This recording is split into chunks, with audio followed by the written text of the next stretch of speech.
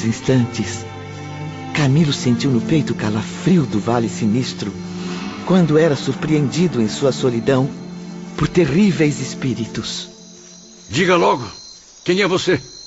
Vou chamar os guardiães. Não tenha medo, meu irmão. Desculpe, não queria assustá-lo. Mas assustou. O que era aqui? Eu acabei me perdendo do meu pai e dos outros missionários. Basta dar a volta e seguir em frente pela esquerda. Logo chegará ao acampamento. O senhor está bem? Noto que precisa de ajuda. Me parece muito angustiado. E quem aqui não está? Para que paisagens tão belas se sou proibido de entrar em contato com os encarnados mais cultos, visitar as novas bibliotecas, saber o que acontece no mundo, rever meus familiares? Certo dia, ouvi um dos meus orientadores dizer que cultura é uma coisa muito relativa, meu amigo. Muitas vezes a cultura terrena não servirá para nada, ou muito pouco, nas esferas do invisível. Acredito mais na sensibilidade que conquistamos com a experiência.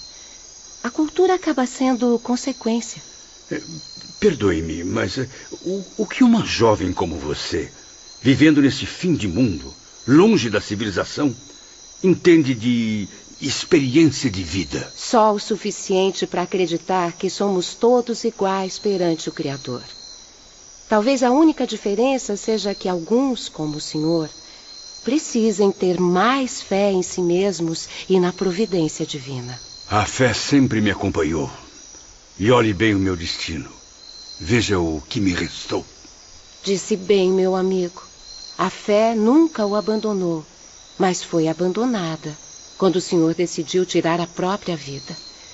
Confesso que muitas vezes também pensei em abandonar tudo. Uma jovem bela, sadia, com tanta vida pela frente. O que há de tão desesperador nisso? O homem da minha vida, que conheci ainda na infância e a quem dediquei todo o amor, foi o responsável pela minha maior desilusão. Fui envolvida, estava cega de paixão. Dediquei todos os meus sonhos, todas as minhas preces à nossa felicidade. Mas olhe bem o meu destino. Veja bem o que me restou. Passei 15 anos guardando o pouco que sobrava do trabalho na lavoura para fazer a festa de casamento. Estaria me casando exatamente esta noite, se não tivesse sido abandonada na véspera. Meu noivo fugiu com outra mulher, me deixando apenas uma carta de despedida e um profundo desejo de desistir de viver. Não faça isso, minha jovem. Jamais será a solução. Meu irmão, graças a Jesus Cristo e a Maria de Nazaré, estou agora aqui, em espírito, para ouvir e ser ouvida. Certa de que todos precisamos de grandes reparações e testemunhos dolorosos. Experiências que desafiam a nossa fé. É a missão sagrada dos aprendizes do espiritismo cristão. Deus o abençoe e lhe dê força sempre. Camilo ficou sem palavras diante daquele comovente exemplo. Foi então que a confortante voz de irmão Teócrito inundou sua mente. Vejo que está arrependido, Camilo. Aprendeu com esse espírito iluminado que a cultura terrena é muito menor que a sabedoria espiritual. Certamente, a partir de agora, o preconceito se abrandará na sua personalidade. Verá que, mesmo com tanta luta e sofrimento, esses humildes lavradores ainda cultivam a serenidade em seus corações. Voltam-se todos confiantes para o seio carinhoso de Jesus, fiéis ao eterno convite que receberam do alto.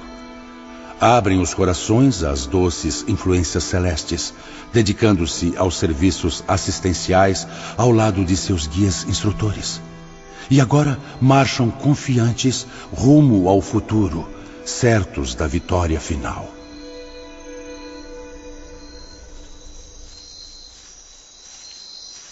Onde está o Camilo? Alguém o viu? Se é aquele distinto senhor de longos bigodes, estava conversando agora há pouco com uma das nossas missionárias. Boa noite, amigo. De onde vem? Boa noite. Moro logo após a colina. Resolvi plantar milho, mas tive muito azar com essa lavoura. Não fale assim, meu irmão. Convém dizer que ainda não teve sorte. Ou que sua criação de galinhas devorou o milharal. Galinha? Eu já perdi a conta de quanto tempo eu não vejo uma no galinheiro. Quanto mais no prato, de preferência ensopada com milho. Mas a miséria é mesmo tão grande por aqui? É verdade, meus companheiros. Eu e minha família ainda temos uma pequena lavoura de legumes, uma vaquinha leiteira que nos dá o sustento para o corpo. Todos acabam ajudando uns aos outros. Mas mesmo assim, tem gente por aqui que não come há um bom tempo. Ele tem razão, Ramiro. Vê aquele senhor abatido ali adiante? Uhum. E aquela jovem a caminhar com dificuldade, levando um enfermo nos ombros? Soube que não apenas eles, mas também vários benfeitores, encarnados, que estão aqui presentes, não fizeram a refeição da tarde, por escassez de recursos. Ora, mas não é um empecilho. Nem por isso nos sentimos desgraçados. Como disse Jesus, não estejais ansiosos quanto à vossa vida, pelo que haveis de comer, ou pelo que haveis de beber, nem quanto ao vosso corpo, pelo que haveis de vestir. Não é a vida mais do que o alimento, e o corpo mais do que o vestuário? Olhai para as aves do céu, que não semeiam, nem ceifam, nem ajuntam em celeiros, e vosso Pai Celestial as alimenta. Não valeis vós muito mais do que elas? Ora, qual de vós, por mais ansioso que esteja, pode acrescentar um côvado à sua estatura? E pelo que haveis de investir, por que andais ansiosos? Olhai para os lírios do campo, como crescem, não trabalham nem fiam. Contudo vos digo, que nem mesmo Salomão, em toda a sua glória, se vestiu como um deles. Pois, se Deus assim veste a grama do campo, que hoje existe e amanhã é lançada no forno, quanto mais a vós, homens sem fé. Portanto, não vos inquieteis dizendo, o que havemos de comer, ou que havemos de beber, ou com que nos havemos de vestir, porque vosso Pai Celestial sabe que precisais de tudo isso. Mas buscai primeiramente o reino de Deus e sua justiça, e todas estas coisas materiais vos serão acrescentadas. Não vos inquieteis, pois pelo dia de amanhã, porque o dia de amanhã cuidará de si mesmo. Basta a cada dia o seu próprio mal. E que assim seja. Pois Deus também há de aliviar o nosso sofrimento o mais depressa possível. Tenham força. Meus amigos, eu tenho o escudo da fé para reagir contra a miséria e vencer. Desse convívio, por assim dizer, diário, resultaram grandes afeições e amizades indestrutíveis de parte a parte. Nós, desencarnados, ficávamos sinceramente agradecidos pelo interesse que nos dispensavam, além dos inestimáveis favores que lhes devíamos. Sim, Camilo. Como médium, também pude fazer sólidas amizades com habitantes do plano invisível. Em certa fase de minha existência, quando testemunhos dolorosos me foram impostos pela lei de causa e efeito, um grupo de antigos sofredores que eu havia auxiliado tornou-se visível numa visita que me fizeram. Entre eles havia inclusive alguns suicidas e 2 ex-obsessores, todos oferecendo auxílio para suavizar minha angústia. Infelizmente, a situação era irremediável e nada foi possível fazer. No entanto, misturaram suas lágrimas às minhas, visitando-me e aconselhando-me com frequência numa eterna prova de afeição.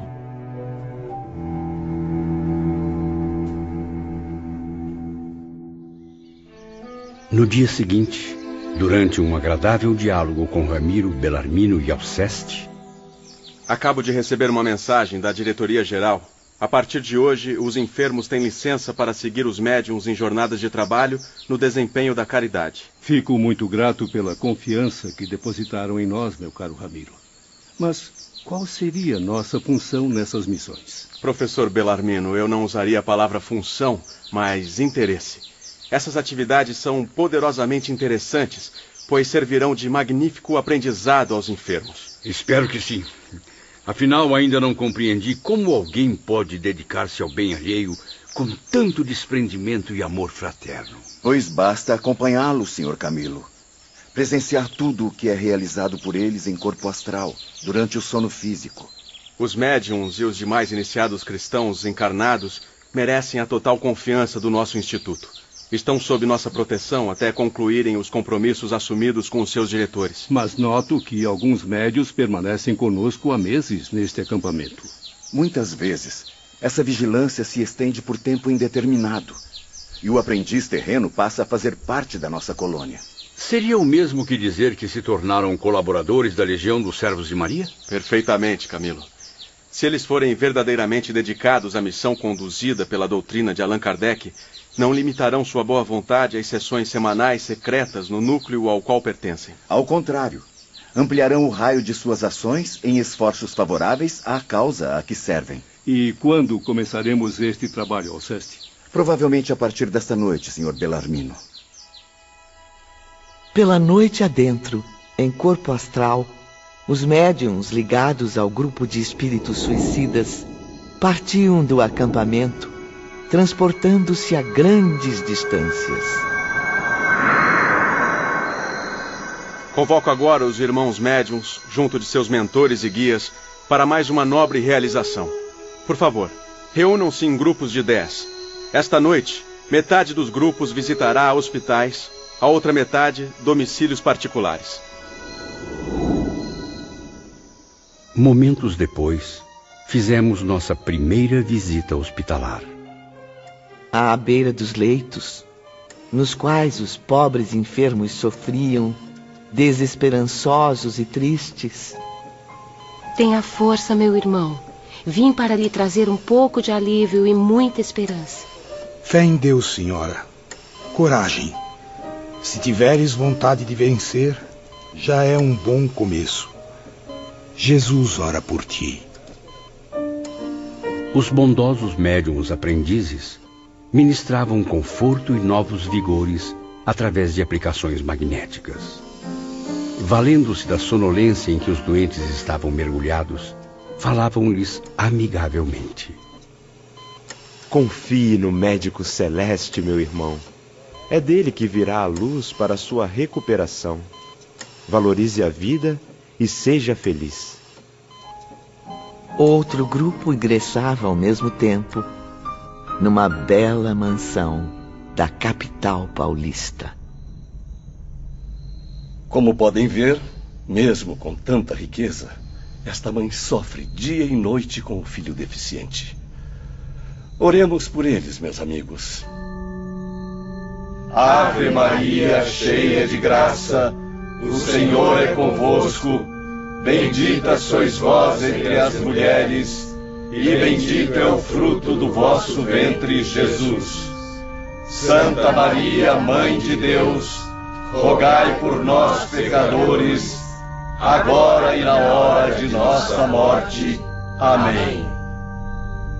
Que Maria de Nazaré oriente e vigie este lar.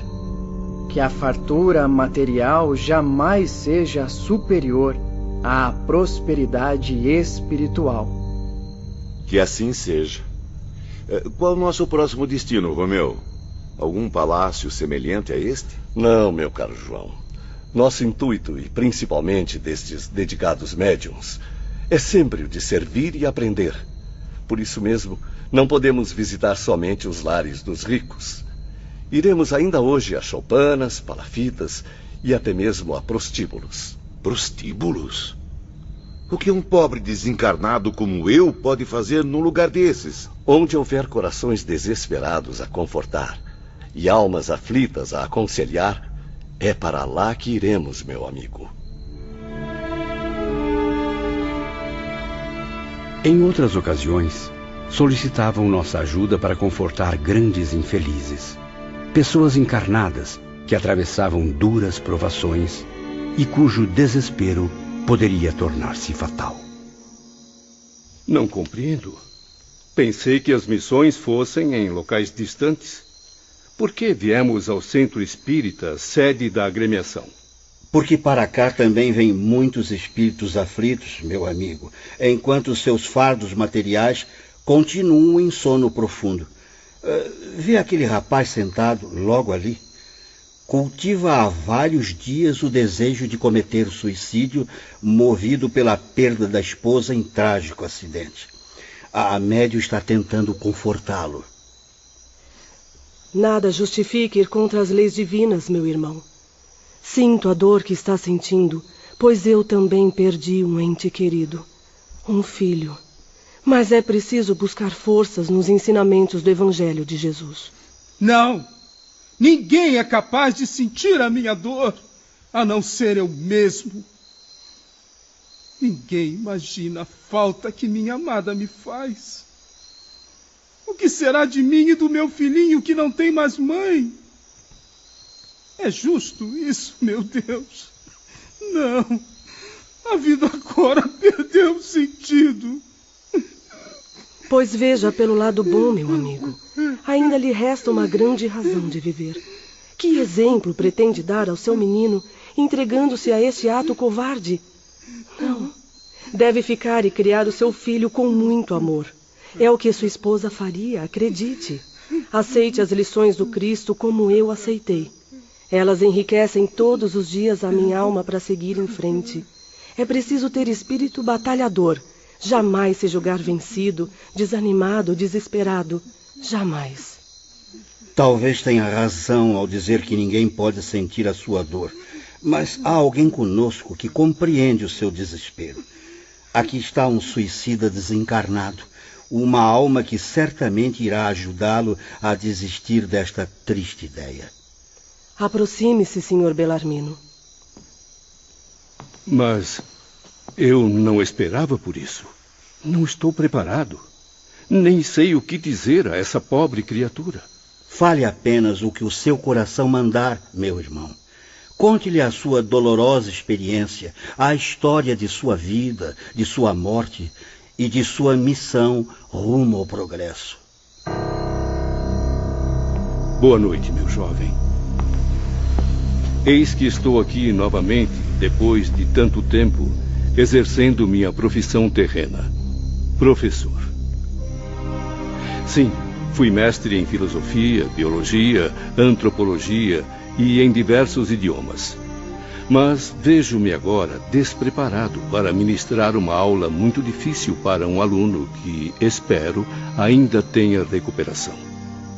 Se tivesse que criar um título, talvez denominasse esta matéria de Como Voltar a Viver.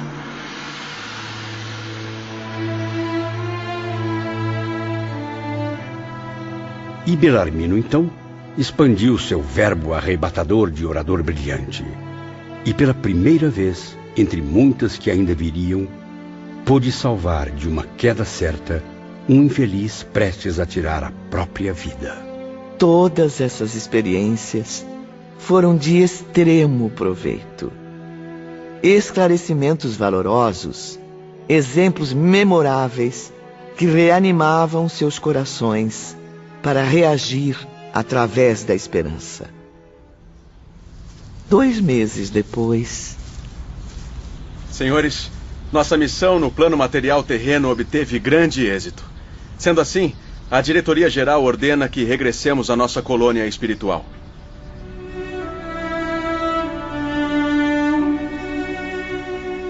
E foi com profunda comoção que abraçamos esses singelos amigos na última visita à nossa aldeia. Era impressionante, pois embora seus corpos carnais se mantivessem adormecidos quando iam nos ver, nós os enxergávamos realmente como homens e mulheres. Serei eternamente grato a todos. Espero revê-los em breve. Certamente, Sr. Mário. Acredito que a diretoria permitirá novas visitas à Terra. Então, até a próxima, minha amiga. Vá com Deus, Sr. Camilo. E desculpe a minha ignorância em língua portuguesa. Eu é que me envergonho, minha querida. Ignorante é quem não sabe ler nas entrelinhas do Evangelho, nem levar adiante as palavras de Jesus. Pensem em nós, porque vamos orar sempre por todos. Boa viagem. Jamais iremos esquecer o que aprendemos nessa terra maravilhosa e com esse povo abençoado. Acreditem, vamos continuar aqui acompanhando os seus dramas e orando pela clemência divina a seu favor. Está na hora de partirmos. Boa noite a todos. Que Maria de Nazaré os ilumine. Aguardamos notícias. E fiquem com Deus. A grande caravana subiu ao firmamento, misturando-se às incomparáveis estrelas dos céus brasileiros, deixando para trás o reflexo da lua sobre a imensidão azul do planeta Terra.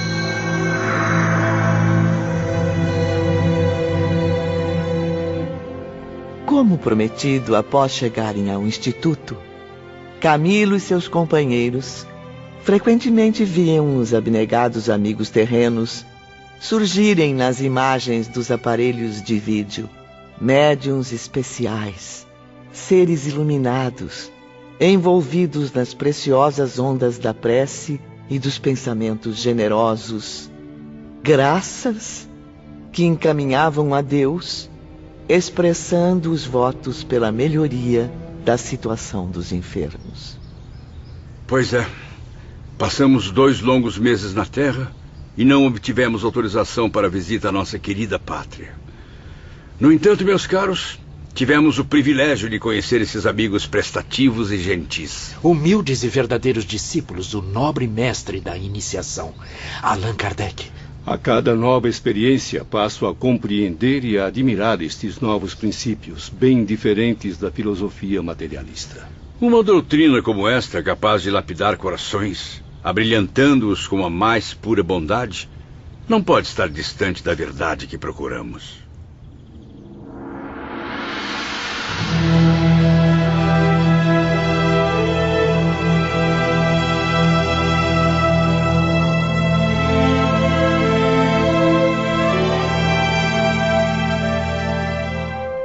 Passaram-se 2 anos longos e trabalhosos, durante os quais muito choramos de remorso, analisando diariamente os graves erros que havíamos cometido.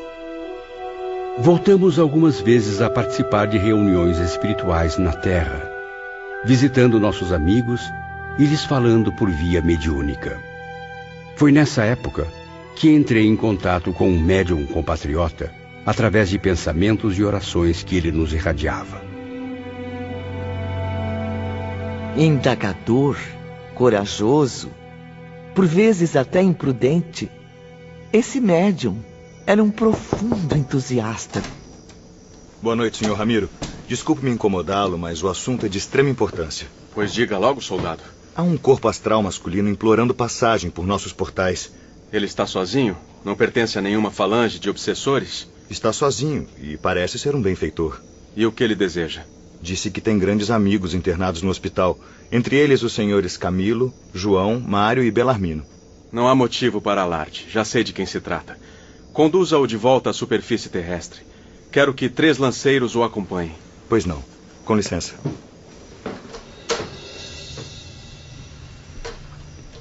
Sr. Camilo, o seu novo amigo conterrâneo está passando dos limites. Esta noite ele chegou ao extremo de rondar pela 4ª vez as muralhas de nossa colônia em corpo astral durante o sono. Isso é uma grave infração. Tenho informações de que ele também fica vagando pelas muralhas do Instituto através de transes mediúnicos, a fim de atrair os enfermos e pôr-se em comunicação direta com eles. A direção está muito preocupada. Ora, mas esse português é atrevido. Não é mesmo capaz de domar o maravilhoso dom que possui. Um contato tão direto com o ambiente privativo dos condenados é perigoso demais, Sr. Camilo. Mesmo assim, como pôde ver, lhe oferecemos segurança e assistência para o retorno. Temos consciência de que ele é um espírito sincero, com boas intenções, porém muito inconsequente. Não deve ter noção dos perigos que o cercam em alguns locais do plano espiritual. Ramiro e Idílio, os senhores estão certos. Vou advertir o meu compatriota a ser mais cauteloso. É claro que ele possui conselheiros e guias, como médium que é.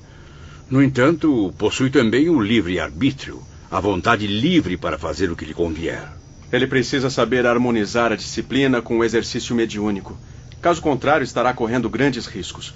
Não basta apenas amparar-se na ardente fé que o inspira, mas aguardar as oportunidades oferecidas pelos seus superiores.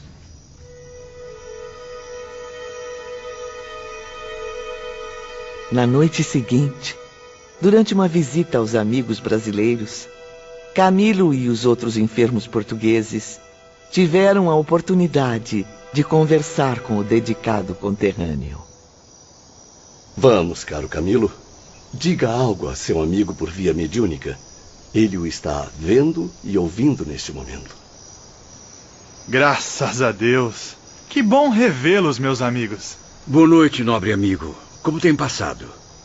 Alguma notícia dos meus familiares? Ainda não tenho essas informações, Sr. Camilo. Mas fui autorizado a entregar-lhe sua carta. Minha carta?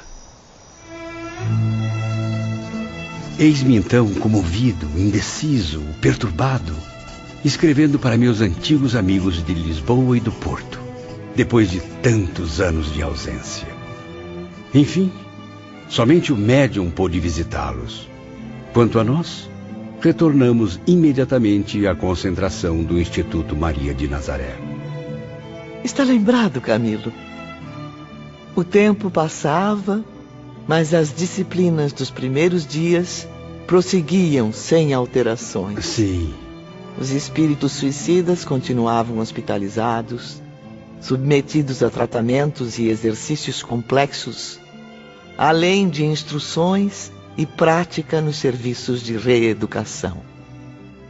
De certa maneira, porém, já conheciam a dura lógica da reencarnação. Reencarnação, irmão Teócrito. O fantasma que apavora qualquer espírito delinquente e o de um suicida em particular. Vejo que está aprendendo bem as lições, caro professor Bellarmino. E sabe por que o espírito suicida reluta em aceitar a reencarnação? Porque está intimamente convencido de que é a mais pura verdade.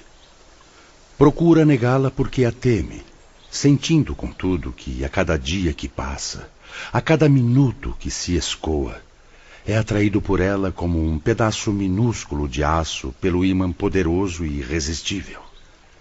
Insiste em afastá-la dos pensamentos por saber que é inevitável ao seu destino, como é a morte aos destinos humanos. Creio que não estou preparado para experimentá-la pessoalmente. Tenho receio em vasculhar profundamente a minha subconsciência e investigar a plenitude do meu ser. Como suicida, Sr. Bellarmino. Sua mente vive torturada por impressões dolorosas. Por isso o progresso é mais lento, o oposto do que se verifica nos espíritos não suicidas ou evoluídos. Mas não desanime. Aos poucos, irá aceitar a ideia de que reencarnar é o caminho correto para evoluir.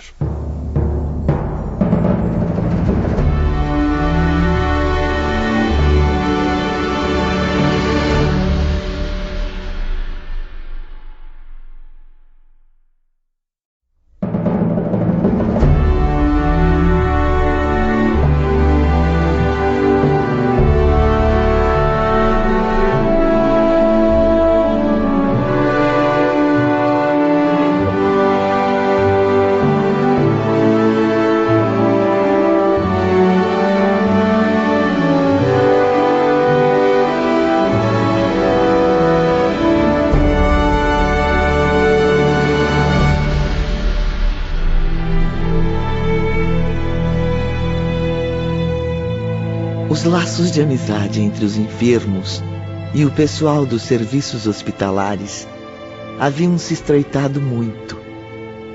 particularmente cada grupo com seus guias responsáveis mais diretos, isto é, médicos, enfermeiros, vigilantes, instrutores e psiquistas. Bem lembrado, Ivone. E o assistente que mais nos acompanhava era o jovem médico espanhol Roberto de Canalejas, espírito de altas qualidades intelectuais. Juntamente com seu pai, Carlos de Canalejas e Joel Still, mereciam de nossa enfermaria o maior respeito. No entanto, Roberto não era uma entidade tão evoluída, embora houvesse adquirido grandes valores morais em suas existências terrestres. Certa manhã, sob a brisa suave do jardim central, Camilo e Romeu caminhavam a sós. Nobre alma possui o Dr. Roberto, mas não sabia que era um espírito tão sofrido. Tive uma longa e agradável conversa com o pai dele, o Dr. Carlos. Ele afirmou que o filho é um espírito em marcha sincera rumo ao progresso, mas que ainda deve ultrapassar muitos obstáculos. É verdade que Roberto desencarnou há quase um século, Romeu? Mais precisamente há 80 anos, Sr. Camilo. Veio para o estágio de além-túmulo após uma existência muito cruel, na qual a dor da traição conjugal despedaçou seu coração. Então é isso. Às vezes percebo em seu olhar uma profunda melancolia. Agora compreendo a razão. Seu lar foi destruído pela traição da esposa, a quem amava com toda a dedicação. Como se não bastasse, viu a filha morrer aos 7 anos de idade, vítima da tristeza causada pela ausência materna, agravada com a tuberculose herdada do pai. Que tragédia, meu Deus. Roberto foi, antes de tudo, um médico muito devotado. Tanto que contraiu tuberculose durante as pesquisas que fazia junto aos enfermos. Mesmo assim, a sociedade o condenou, sofreu humilhações e constrangimentos pela diferença de idade entre ele e a esposa. O destino fez apaixonar-se pela encantadora Leila, filha do nosso estimado chefe da vigilância. Do conde Ramiro de Guzmán? Sim, Camilo.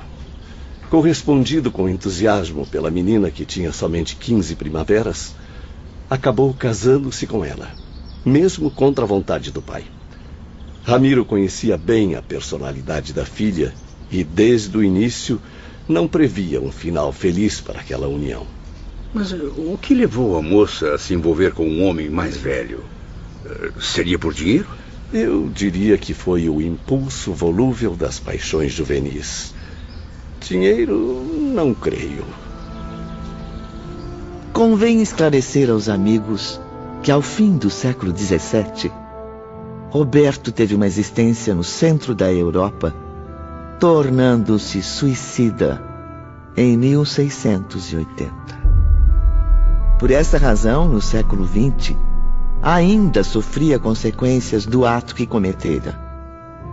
Como prova contundente da lei de causa e efeito, o seu drama conjugal, vivido na primeira metade do século XIX, nada mais foi do que a provação à qual não quis se submeter, entregando-se ao suicídio no século XVII.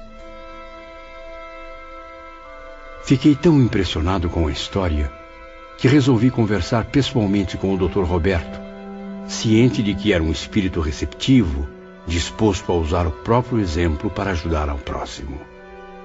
Esse nobre amigo aparecia no além-túmulo exatamente como viveu fisicamente na última existência. Estatura média, barba negra e cerrada, acompanhada de bigodes bem tratados, cabeleira volumosa, pele muito branca, olhos negros grandes, pensativos, lembrando ciganos, e mãos longas de pianista. Encontrei-me então com o bondoso médico em companhia de outros enfermos, durante uma caminhada noturna entre as tristes alamedas do parque. As histórias de minhas vidas, caros amigos, não são secretas neste instituto. Pelo contrário, servem de aprendizado e estímulo não só a mim, mas a todos, para enfrentarmos o futuro. Jamais se esqueçam de que o suicida deve reparar a fraqueza, curando-se do desânimo com testemunhos decisivos de força. Que assim seja, Dr. Roberto. Aliás, tenho reparado em quantas coisas temos em comum. Mesmo não sendo compatriota, conheceu e amou Portugal, tendo lá vivido os últimos meses de sua vida. É verdade, Camilo. Recebi como último descanso para o corpo carnal a nobre argila portuguesa. Além de médico, também era artista de grande talento, cultivando sempre as belas letras e a música. Ora, assim como nós, também é um intelectual. Só faltava ter nascido em nossa heróica pátria. Belarmino era um dos que mais se empolgavam com o novo amigo, pois pretendia descobrir em Roberto novas afinidades. Na manhã seguinte, ambos conversavam no corredor da enfermaria.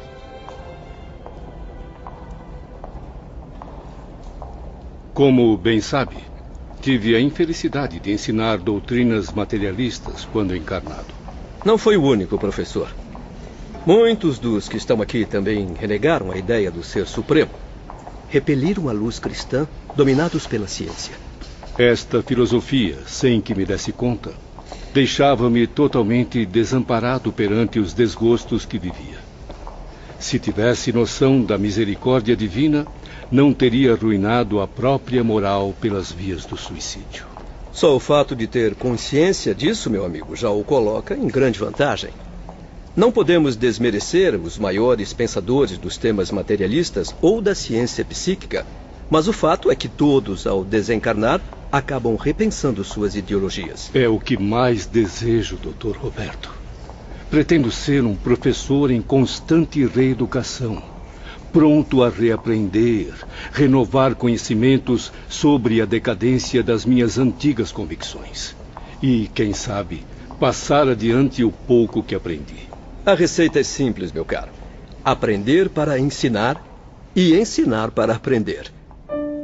Sou obrigado a confessar, Ivone, que muitas vezes eu ria disfarçadamente ao presenciar esses diálogos. Não havia como não notar a insignificância de Belarmino, que se considerava tão iluminado na Terra, na presença de um simples doutor de uma colônia de suicidas. Francamente... Camilo.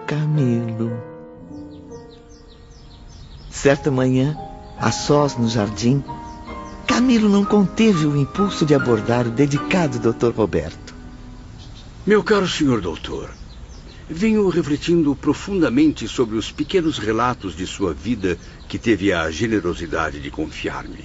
Fico muito grato em saber disso, meu amigo.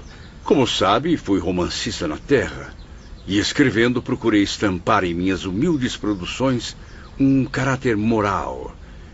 Deixei na Terra uma volumosa obra, se não em qualidade, pois hoje reconheço minha inferioridade intelectual, ao menos em quantidade. Confesso que não tive a honra de ler seus romances, mas não tenho dúvidas quanto à qualidade, companheiro. Pois confesso também que eu raramente inventava os meus romances. Mas como? Desculpe-me, eu não compreendo. Qual foi o seu método, então? Minhas obras foram em boa parte resultado do que eu observava na vida real. Eu só fazia alguns retoques sentimentais, enfeitava a dura realidade, e assim cativava rapidamente os editores e leitores. Afinal, dependia deles para encher o meu bolso. Como pode notar, essa não é qualidade muito recomendável para um escritor. Não se menospreze. O senhor utilizava a realidade para dar asas à imaginação. Quer maior fonte de inspiração para um escritor que as fantásticas histórias da vida real? Quem sabe então, senhor doutor, se me fornecesse algumas informações sobre o seu impressionante drama pessoal, eu poderia talvez visitar a Terra e, através de um médium, narrar aos homens a história de sua vida, juntamente com as doutrinas que começo a aprender. Sim, é louvável para um espírito esse trabalho, justamente por se tratar de um dos gêneros mais difíceis de realizar. Talvez pudesse transmitir aos antigos leitores de minhas obras terrenas as novidades que encontrei aqui, misturando a ficção à realidade dos espíritos. Afinal, eles também não foram homens, também não sofreram, não amaram, lutaram e morreram como toda a humanidade? Certamente, Sr. Camilo, certamente. Além disso, os nossos mestres têm afirmado ser muito gratificante para um espírito desejoso de progredir, relatar aos homens as experiências da espiritualidade. Eu percebo seu entusiasmo, mas convém esclarecer a verdade, meu amigo. É mais fácil invadir um antro de obsessores nas mais violentas camadas da Terra e conseguir detê-los ou convencer um espírito do mal a uma reencarnação reparatória do que vencer os perigosos mistérios da mente mediúnica.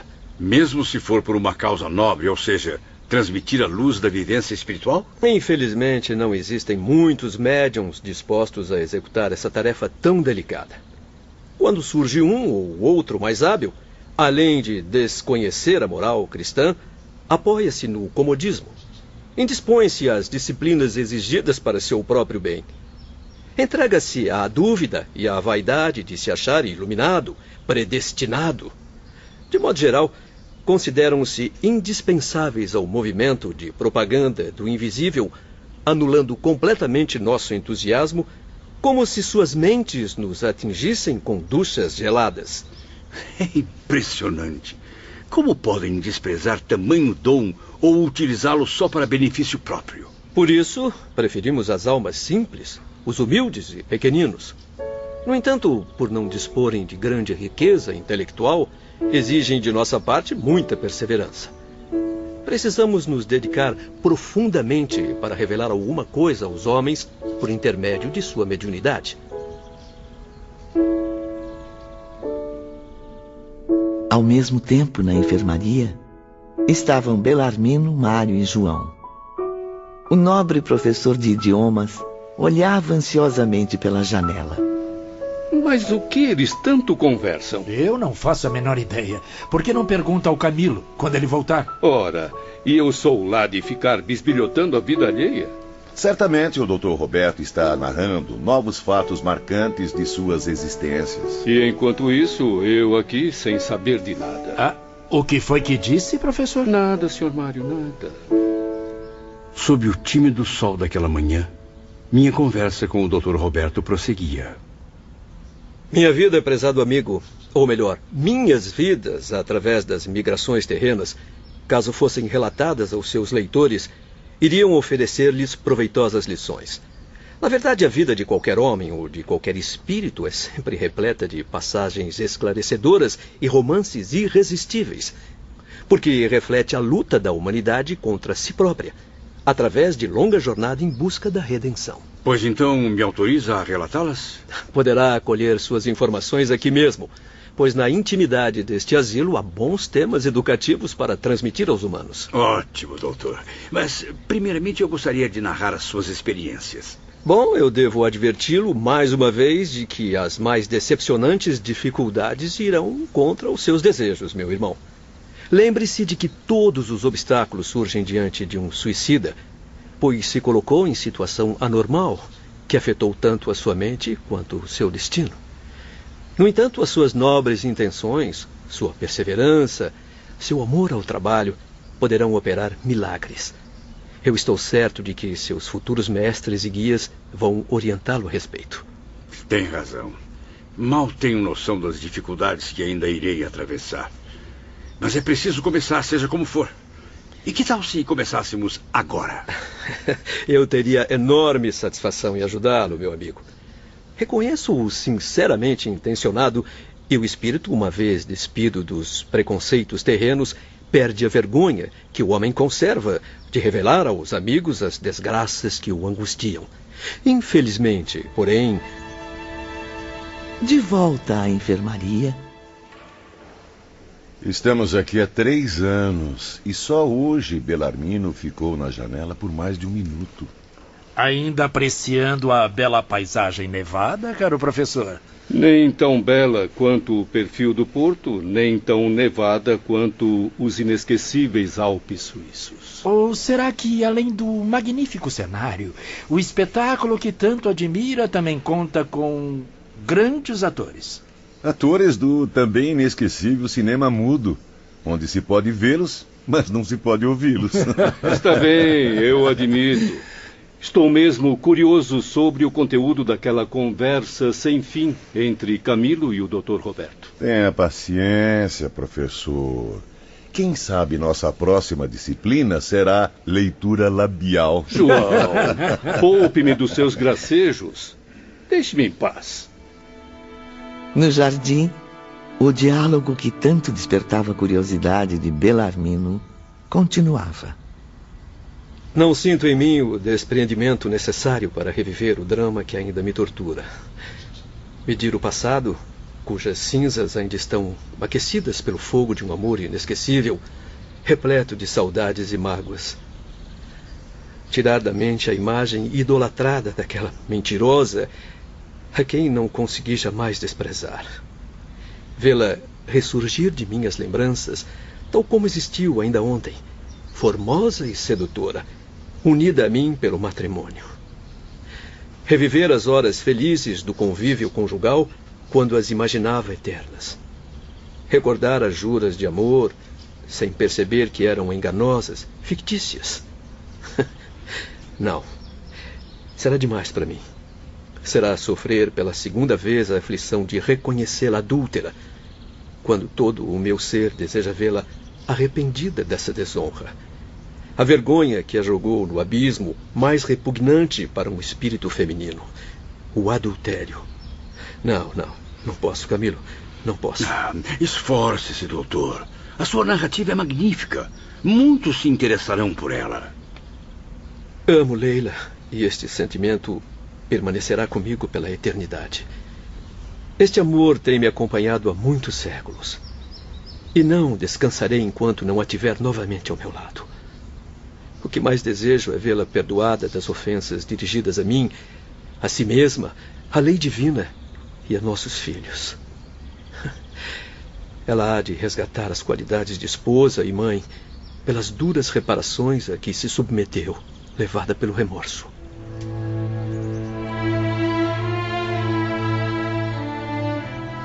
O intenso diálogo chamava também a atenção do nobre Dr. Carlos de Canalejas, pai de Roberto. Ele observava tudo no gabinete do irmão Teócrito. Esse Camilo é mesmo especial, meu caro Teócrito. Conseguir de meu filho declarações tão profundas sobre o passado não é tarefa das mais fáceis. Roberto também é especial, meu irmão. Por isso são espíritos que tanto se completam. Sentem-se à vontade para expor um ao outro suas inseguranças, embora Camilo ainda cultive uma certa arrogância no coração. Noto que Camilo está bem intencionado. Talvez a velha vaidade do romancista do Porto ainda resista, mas a verdade é que Roberto está conseguindo se abrir, falar de si mesmo, purificar a alma através do desabafo, o que certamente fará muito bem ao seu progresso. O bondoso doutor fez uma pausa, na qual deixou transparecer nos olhos a imensa ternura que vivia em seu coração. Logo depois disse-me: Se eu pudesse, Camilo, evitaria as dores da penitência para minha pobre Leila, chamando-a para perto de mim e apagando as manchas do seu erro com um beijo do perdão. Contudo, ela não quer aceitar nada de mim antes de resgatar a própria dívida, por meio de uma dolorosa reencarnação. Só assim, ela diz, será digna do meu amor e do perdão de Deus. Prossiga, senhor doutor. Chego até a imaginar a melhor forma de narrar tudo isso aos meus leitores. Bem que eu quis me aproximar dela, aliviar minhas saudades, falando-lhe pessoalmente, em vigília ou durante o sono, confortando-a. No entanto, não posso nem mesmo aproximar-me, porque se ela percebe a minha presença, apavora-se e tenta fugir envergonhada. Quanto a mim, poderei vê-la ou acompanhá-la em qualquer momento, mas com cuidado, para que não me note, pois ficaria desorientada. Impressionante. Convenço-me cada vez mais, Dr. Roberto. Estou convencido de quantos meus leitores apreciariam se eu lhes narrasse esses comoventes episódios. Pedirei ao pai de Leila que leve ao seu conhecimento o drama que tanto o atrai, meu caro escritor lusitano. Quem sabe, o trabalho é o elemento primordial do progresso e a boa intenção que inspira o trabalhador sincero sempre obterá licença divina para suas realizações. Dom Ramiro de Guzmán, quem diria? Espírito tão discreto e elevado.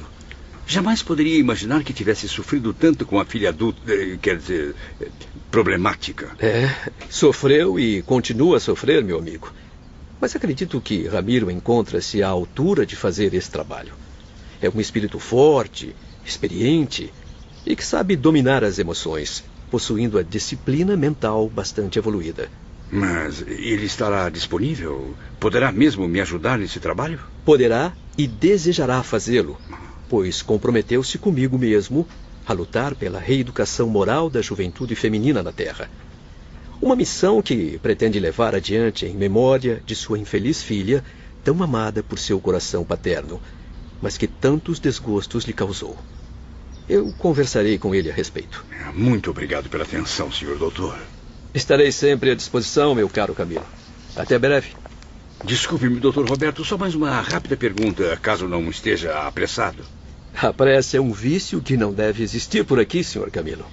Perdoe-me o incômodo, mas minha curiosidade de romancista está me torturando. Sua esposa, a formosa Leila, onde se encontra atualmente? Na enfermaria, Belarmino, cada vez mais curioso, tenta convencer os companheiros. Vamos. Também temos o direito de participar daquela aula até agora particular. Está muito frio lá fora.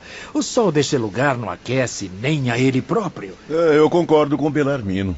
Devemos descer ao jardim e descobrir o que estão escondendo de nós.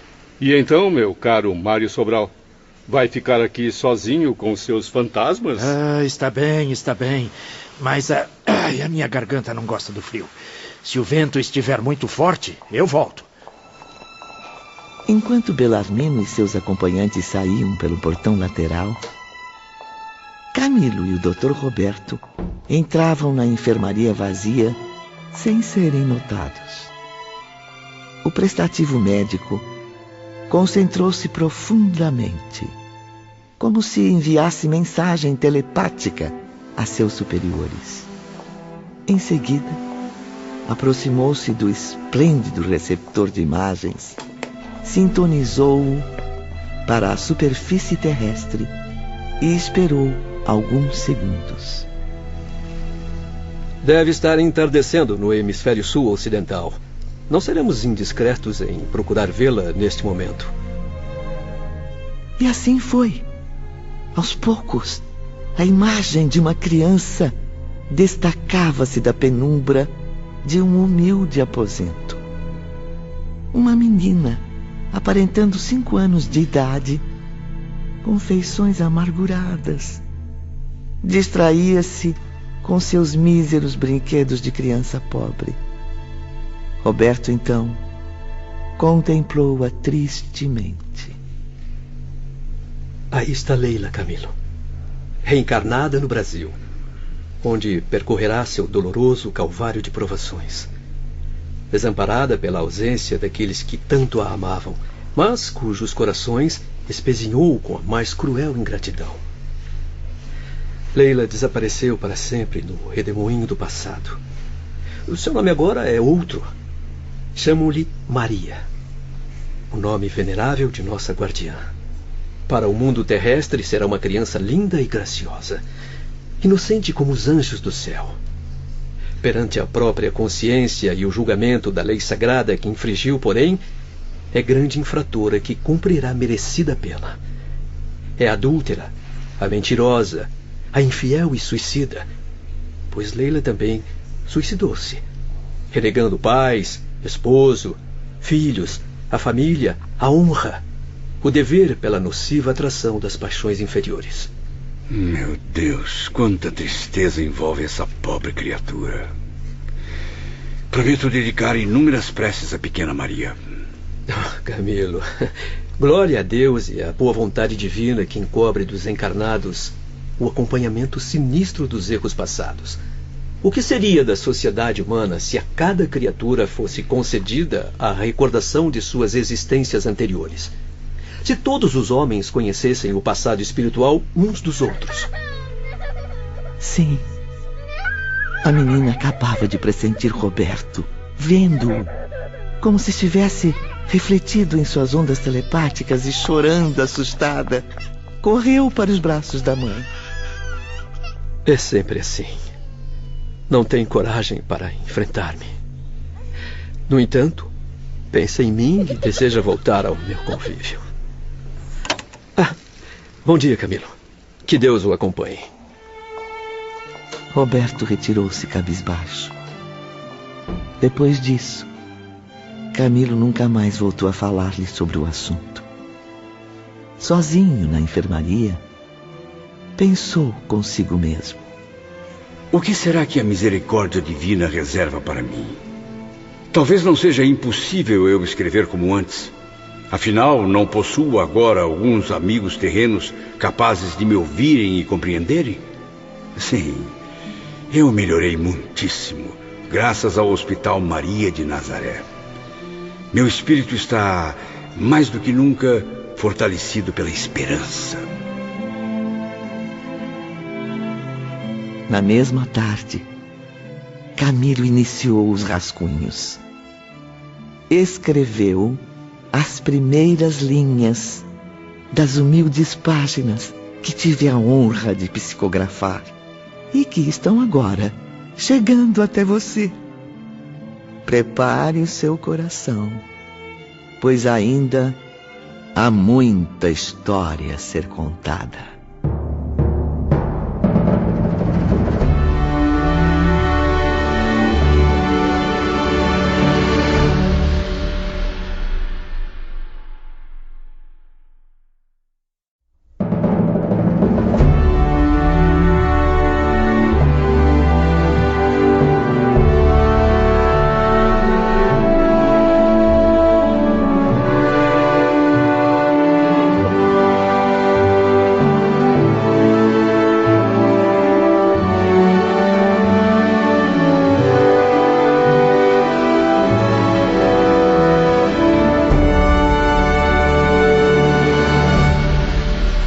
Na manhã seguinte, na enfermaria, soube que a conversa que teve com o Dr. Roberto foi bastante proveitosa. Se já soube, não tenho mais o que comentar.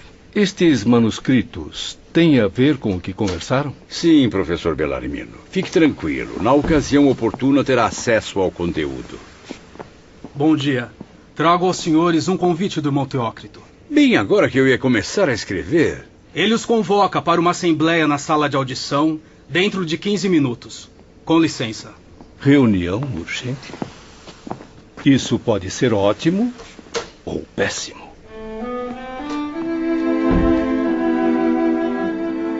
Ao chegarem, Camilo e seus companheiros notaram um número reduzido de participantes. Não esperaram muito e logo surgiu Teócrito, acompanhado de Romeu e Alceste, tomando assento na cátedra de honra. Além dos enfermos, lá estavam médicos e enfermeiros. Que Deus, Criador de todas as coisas, no mais alto dos céus, testemunhe esta reunião para a qual imploramos suas vistas de Pai e Senhor. Sincera satisfação faz com que hoje nossas almas se expandam em louvores de agradecimento a Jesus, nosso Mestre Supremo, levando-as à alegria de mais uma vitória. O fato de os senhores aceitarem o Espírito como originário da centelha emitida pela vontade do Todo-Poderoso e destinado à evolução através da eternidade.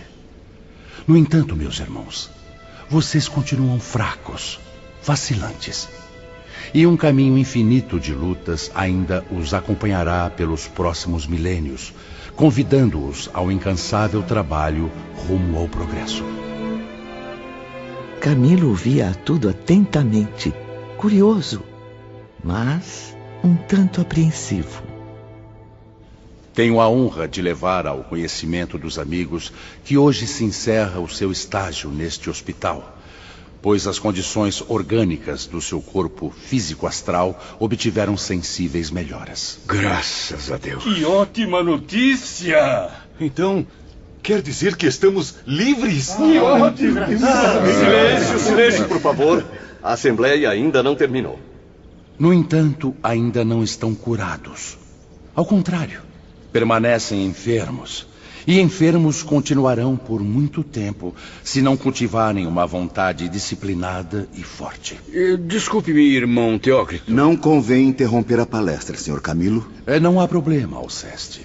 Deixe Camilo expressar suas dúvidas. Acredito que sejam as mesmas dos outros enfermos. Obrigado pela atenção. Na verdade, não compreendo por que estamos livres do estágio hospitalar se ainda carecemos de tantos e tantos cuidados.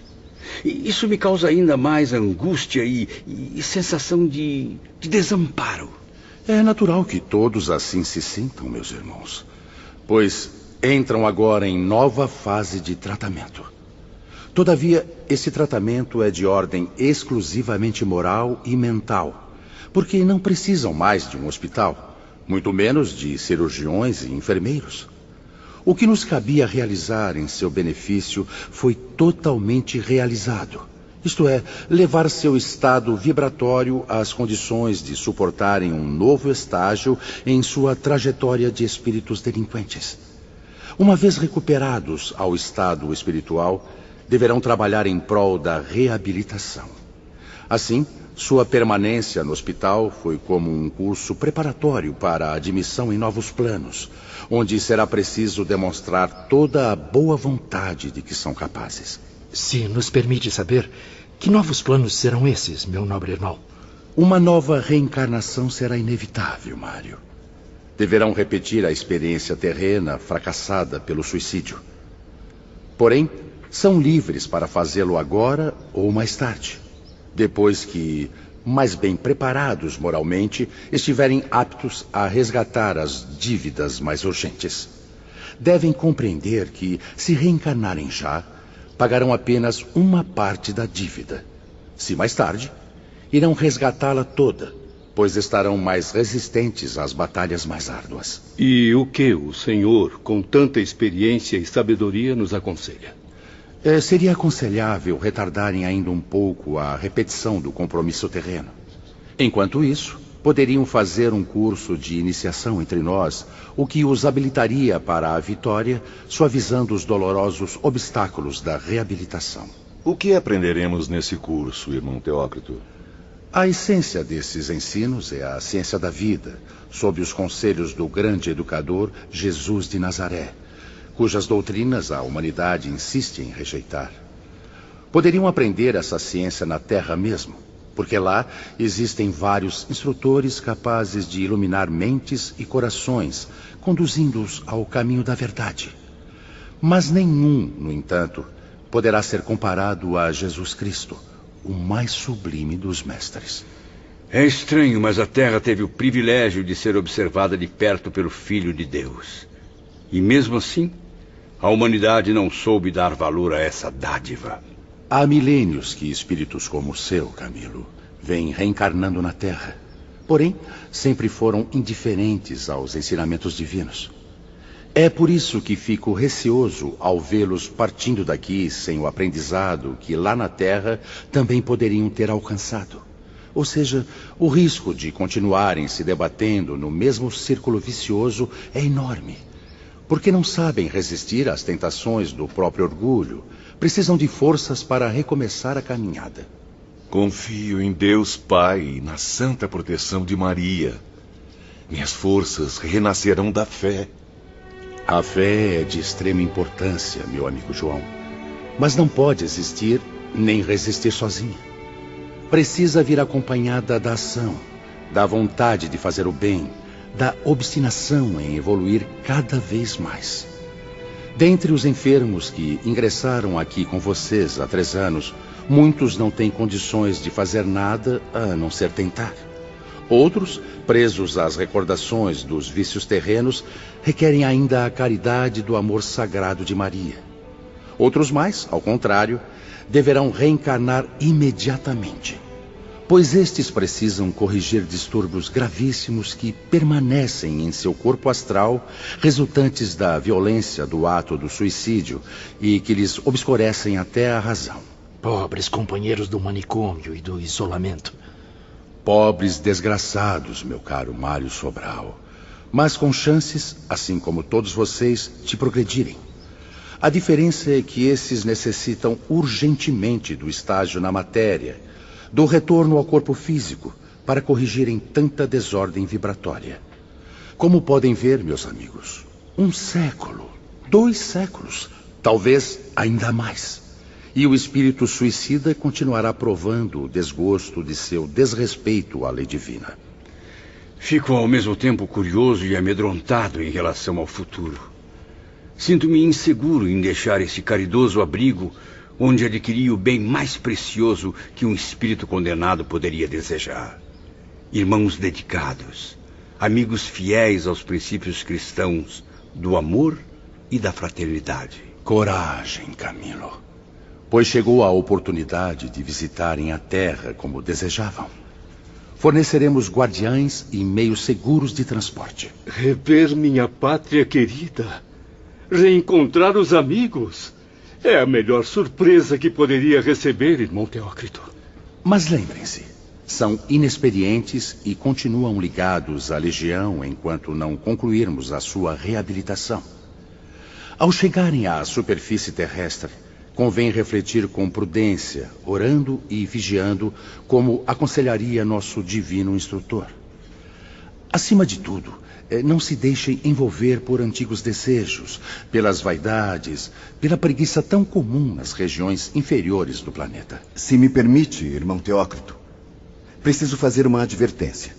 Irão se dar mal caso prefiram permanecer na Terra, esquecendo seus amigos fraternos desta colônia. Não devem perder o desejo de voltar ao aconchego do lar de Maria. Se voltarem a este lar, que temporariamente será o único e verdadeiro ao qual pertencem, poderão ter acesso a outro departamento assim que chegarem. Outro departamento? Semelhante à enfermaria? Não, meu bom João. Será diferente. Bem melhor equipado que o hospital. Porém, subirão para lá não para desfrutar alegrias a que não têm direito ainda, mas em busca de habilitações para as próximas batalhas rumo ao progresso. Bem o disse, Romeu. Mas, antes de partirem, estão convidados a uma visita de instrução a alguns departamentos do nosso instituto. Não é aconselhável reverem a pátria terrena sem os conhecimentos que nossos departamentos fornecerão. É fundamental, meus caros amigos, que não cultivem ilusões quanto ao que os aguardam na Terra. Lembrem-se de Jerônimo. Já desencarnaram há muitos anos. Muitos de vocês já foram esquecidos por aqueles a quem magoaram com o suicídio. Se não completamente, pelo menos o bastante para perderem o interesse pela sua sorte. Envolvido nas exaltações da vida material, o homem esquece tudo com facilidade. Não esperem, portanto, encontrar alegrias nessa viagem. Estamos, porém, despreocupados quanto a isso, meus irmãos. Não ocorrerá com vocês o mesmo que surpreendeu Jerônimo. Estão preparados para as possíveis decepções, para os choques mais inesperados? Sim. Agora podem repousar e que o Mestre Divino lhes conceda inspiração.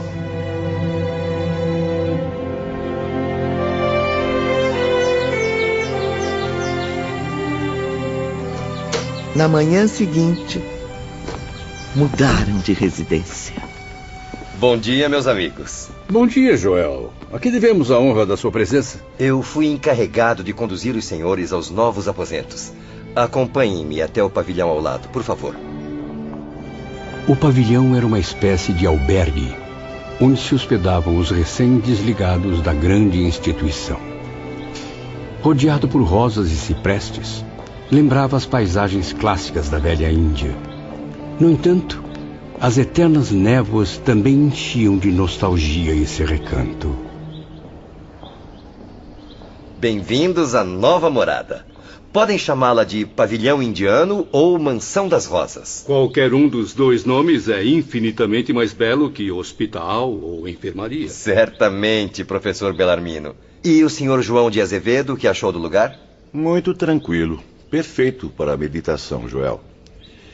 Este ambiente deixa-me ainda mais esperançoso, disposto a realizar apenas o que o bondoso irmão Teócrito me aconselhar.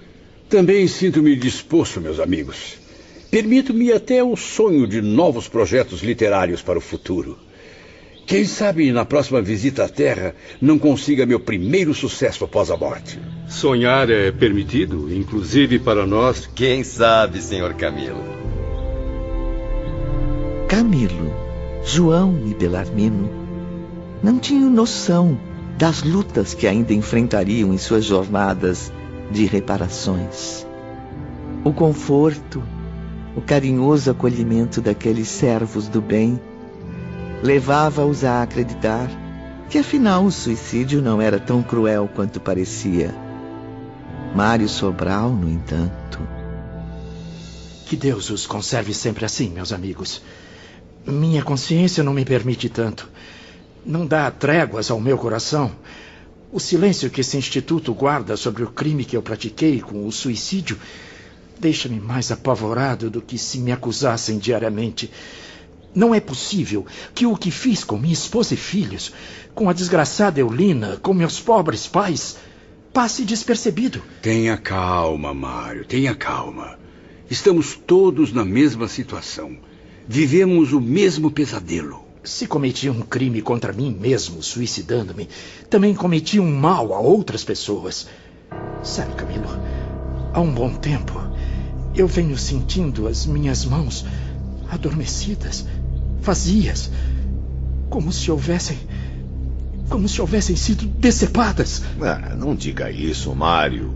É impressão sua apenas. Suas mãos estão bem aí, presas ao corpo. Às vezes, confuso, procuro minhas mãos, pois deixo de senti-las comigo. E pergunto a mim mesmo qual o motivo disso, meu Deus. Então, de repente, uma visão torturante invade meu cérebro.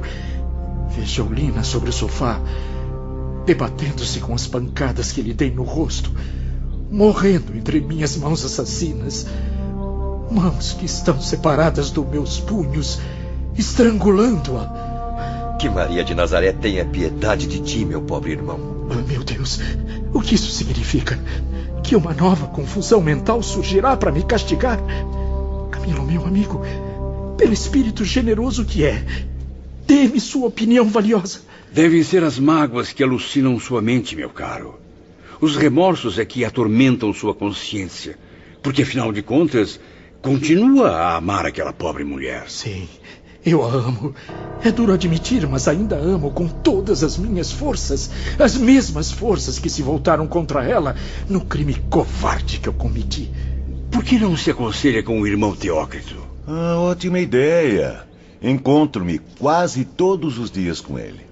É uma alma de infinita sabedoria, sempre pronta para atender os desesperados. Já o fiz, meus amigos. Já o fiz. E então, o que ele disse?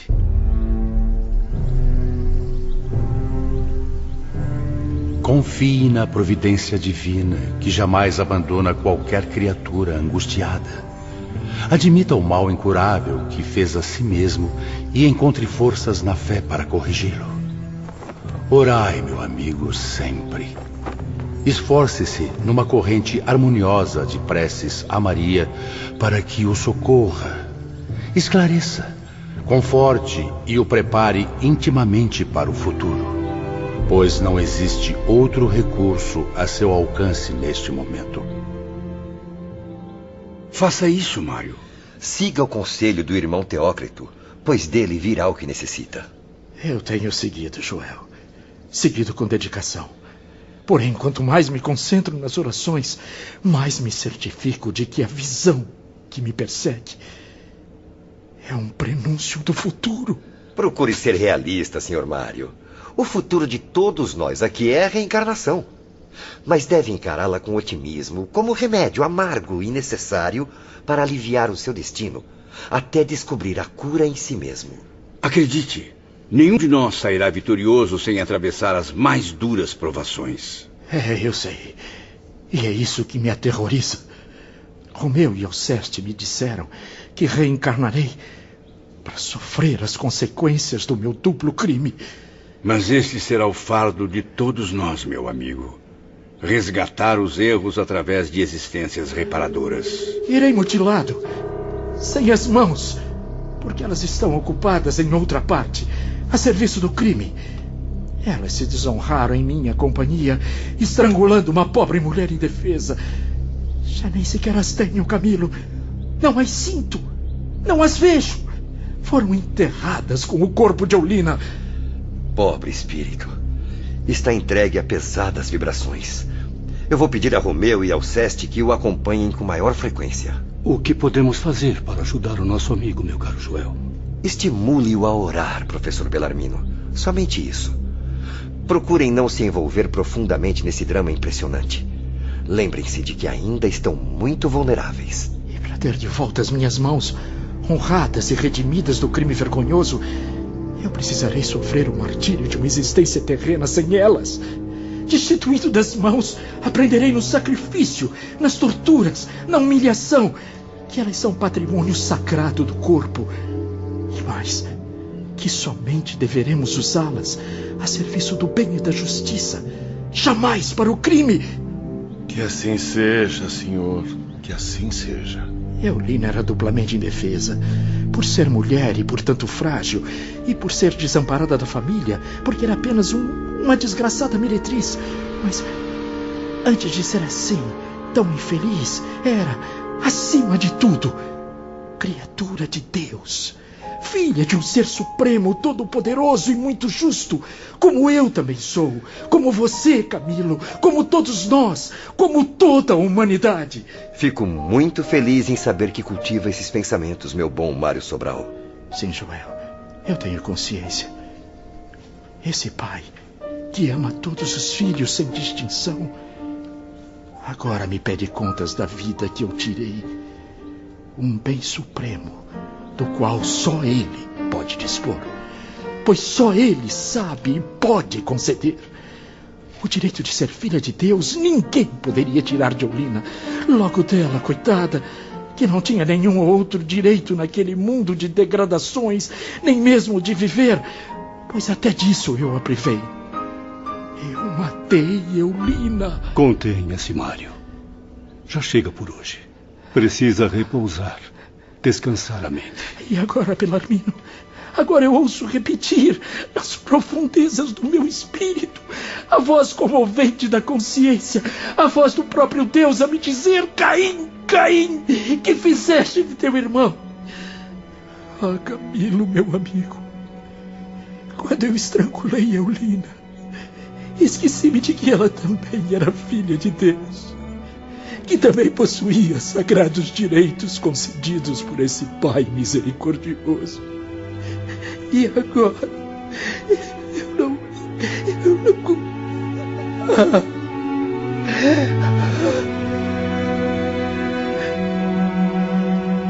As lágrimas impediram as palavras de Mário. Uma nuvem de comoção cobriu de tristeza o ar sereno do pavilhão indiano. E a única satisfação que ainda restava àqueles corações era a de terem alegrado Teócrito com o progresso conquistado nos últimos 3 anos no Hospital Maria de Nazaré. Momentos depois, Carlos e Roberto de Canaleiras encontravam-se conosco diante da Mansão das Rosas. Boa tarde a todos. Roberto e eu estamos à disposição para acompanhá-los. Por onde gostariam de começar a visita de instrução? Eu sinceramente não faço a mínima ideia, Dr. Roberto. O que o amigo e seu pai nos sugerem? Pois então iniciaremos pela Torre de Vigia, nossa fortaleza invencível nessa perigosa região do mundo espiritual. É local de extrema importância para um instituto, pois defende um posto avançado de vigilância contra invasões nocivas de várias espécies. Lembrando que até mesmo as vibrações mentais inferiores provenientes do exterior são combatidas ali. Convém então partirmos. A distância é grande e o veículo já nos espera. Um carro simples, porém veloz, recolheu-nos, pois ainda não cogitávamos sequer a possibilidade de flutuar, impulsionar nossos espíritos com o pensamento. A certa altura da viagem, já bem longe do pavilhão indiano... O desânimo é mau conselheiro, amigo Mário Sobral. deve meditar com serenidade sobre a proposta do irmão Teócrito. Aparentemente é um conselho inexpressivo, mas fique sabendo que guarda sabedoria profunda. É a chave da sua reforma interior. Que importa, aliás, uma existência de 30, 60 anos de sacrifícios, na qual o corpo carnal poderá ser mutilado, se é através dela que iremos reconquistar a honra espiritual. Eu tenho medo, Dr. Roberto. Muito medo. Ah, não se apavore, Mário. Tem o futuro diante de você como forte aliado. Terá a chance de aprender com as dificuldades impostas ao seu envoltório físico. Se, portanto, é necessário renovar a experiência terrena num corpo mutilado, não vacile. Enfrente o sacrifício. Ou ainda não está convencido de que errou? Sim, meu amigo. Eu reconheço meu erro. Mais do que nunca. E viverei para sempre arrependido. Se está mesmo ciente do erro, certamente achará justo assumir a responsabilidade pelos atos, pois sua dignidade moral assim o exige. O que mais desejo é recuperar minha honra espiritual, com a graça de Deus. Se com o tempo souber iluminar sua alma através da esperança na bondade divina, alimentando-a de coragem e fé, poderá até mesmo sorrir para a desgraça, surpreender-se com encantos consoladores ao longo das suas aflições. Testemunhei esse diálogo sem ter coragem de me pronunciar. Permaneci ali calado, contemplando a triste paisagem, tão comovido que fiquei com a intensidade daquelas palavras de Roberto. A energia com que o jovem doutor emitiu suas advertências parecia reanimar nosso mísero companheiro, que se mostrou sereno o resto do dia. A viagem continuava, e ao longe podiam-se ver com dificuldade os edifícios próximos ao departamento a que Camilo pertencia. Em que lugar desses poderá estar o pobre Jerônimo?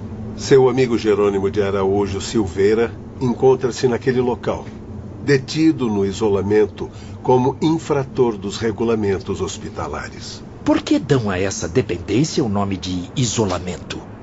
Porque para ali são mandados aqueles mais indisciplinados, os inconformados, que abusariam da liberdade sem serem, no entanto, verdadeiros rebeldes.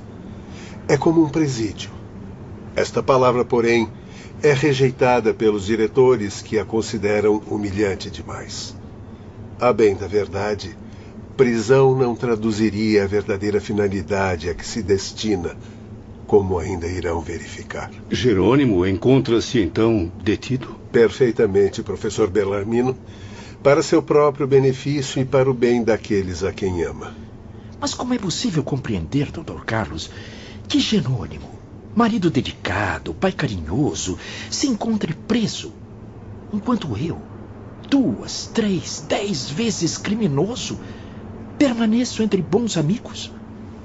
Você é um espírito sinceramente arrependido, Mário, que aceita os conselhos dos responsáveis por sua proteção, disposto aos sacrifícios mais rudes. Jerônimo, por sua vez, assediou a si mesmo com a incompreensão, apegando-se a todas as lembranças do passado, sem forças para esquecê-lo. Pobre companheiro, preso a um estado ainda pior que o meu. Mas poderia ser diferente se Jerônimo aceitasse os nossos conselhos, se entregasse à renúncia e à fé em Deus. Aliás, você também não foi prisioneiro do Vale Sinistro, sofrendo o desespero na consciência? Sim. E por acaso não continua moralmente preso a si mesmo? Pois sua mente ainda proíbe o coração de ser feliz? Quanto mais aqui aprendo, mais fico surpreso. E o que o surpreende, Camilo? Descobrir que quando morremos poderemos sofrer, entre tantas coisas inesperadas, o fato de nos vermos jogados em um calabouço. Em primeiro lugar, meu amigo, é você quem se refere a calabouço, quando somente falei em isolamento. Pois, como eu já havia comentado, a palavra prisão é imprópria para a finalidade ali existente. Prisão, presídio, calabouço, isolamento, a mim não faz diferença. O objetivo parece ser sempre o mesmo. Em segundo lugar, Todos hão de convir que não deveria ser surpresa a existência de prisões aqui no além-túmulo. Mas como, Dr. Carlos? Desculpe-me, isso é um grande absurdo. Existe absurdo maior do que tirar a própria vida, caro Camilo. Vocês foram homens de muita cultura, muitas letras, pensadores, eruditos, filósofos. Fico surpreso, sim, com tanta ignorância, sobretudo pelo fato de serem tão esclarecidos.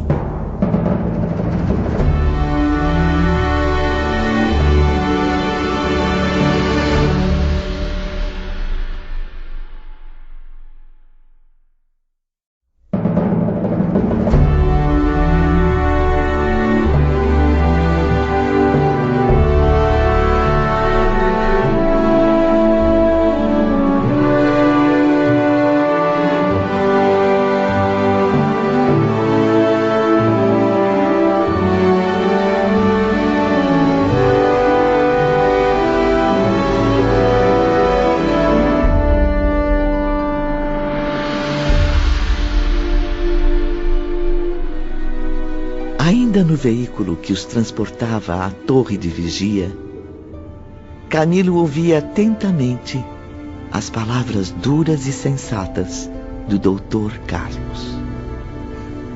Ao notarmos as atitudes dos desencarnados inferiores, fico a imaginar. Como seria a humanidade terrestre se não existisse repressão nas sociedades espirituais? Os senhores têm alguma ideia? Se mesmo havendo repressão, falanges sinistras do plano invisível já atacam a toda hora os homens mais descuidados, contribuindo para a desordem entre as nações? Exatamente, Roberto. Pois saiba que na Terra, Sr. Camilo, muitos conhecem essa realidade que o amigo tanto desgosta. Jesus tocou nesse assunto várias vezes e até levantou a possibilidade de se amarrarem as mãos e os pés dos malfeitores. As religiões insistem em divulgar esse ensinamento tão triste e, mesmo não o fazendo com perfeição, nem por isso deixam de prever uma realidade. Realidade? Mas que realidade será essa, Dr. Carlos? Noto que o senhor jamais ouviu falar na terceira revelação, que expõe detalhes impressionantes de uma comovente realidade. Uma verdade que até mesmo os povos mais antigos aceitavam e compreendiam como digna de respeito. Mas é claro que já li sobre a terceira revelação. Só não tive tempo de aprofundar-me no assunto. Se ficou surpreso com a informação de que seu amigo está no isolamento, é porque nunca se preocupou com assuntos realmente sérios, Camilo. Preferiu orientar seu precioso intelecto para as futilidades, o ócio mental próprio das sociedades humanas. Camilo calou-se contrariado. Recordou os tempos de espírito encarnado e pensou consigo mesmo. Terceira revelação. Realmente não li muita coisa a esse respeito. Dei pouca atenção. Devia estar, como sempre, mais disposto a cultivar minha vaidade. O orgulho de considerar-me um sábio, prudente e racional.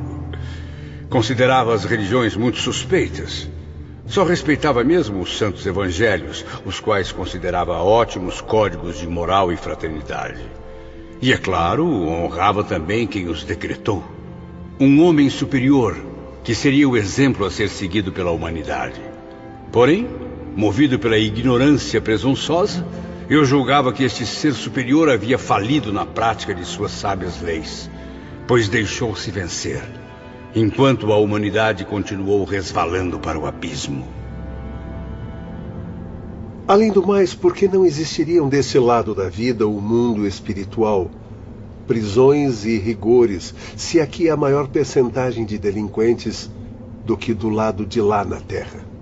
Minha nossa, pensei que fosse exatamente o contrário. Pois acredite, João, os homens cometem grandes erros contra os quais não há pena estabelecida na Terra, mas que pesam nos estatutos do mundo invisível. Do mesmo modo, quantos crimes ficam impunes na Terra, mesmo havendo penalidade para eles na legislação? Ou, por acaso, pensa que o homem poderia viver à margem da justiça, ao sabor das próprias delinquências? Acredita que a morte transforme em espíritos felizes os que se excederam na prática criminosa? Não, de modo algum, Dr. Carlos. Mas deve haver alguma mudança na índole, no modo de pensar. Engana-se, meu amigo. O homem que viveu como desumano, desafiando diariamente as leis divinas, entrará como desumano, como réu que é no mundo das realidades espirituais, onde será punido pelas tristes consequências das causas que criou. Infelizmente, a cada dia, a Terra nos oferece inúmeros réus, os quais serão submetidos às penalidades necessárias. Acúmulo de sofrimentos, lutas árduas, incontáveis, no sentido de esclarecer a consciência culpada deles. Na verdade, meus amigos, gostaria que tudo fosse diferente, que não fosse preciso existir penalidades, isolamentos, réus. Porém, tanto aqui quanto na esfera terrestre, os infratores se multiplicam e precisam ser punidos. Além disso, é bom que saibam que as organizações terrestres são cópias imperfeitas das instituições da espiritualidade. O veículo seguia deslizando e já chegava bem próximo ao destino. A torre de vigia parecia fixa no meio das nuvens acinzentadas, trazendo à lembrança as antigas fortalezas europeias. Majestosa, impunha respeito, até mesmo pavor, ao viajante que desconhecesse sua finalidade.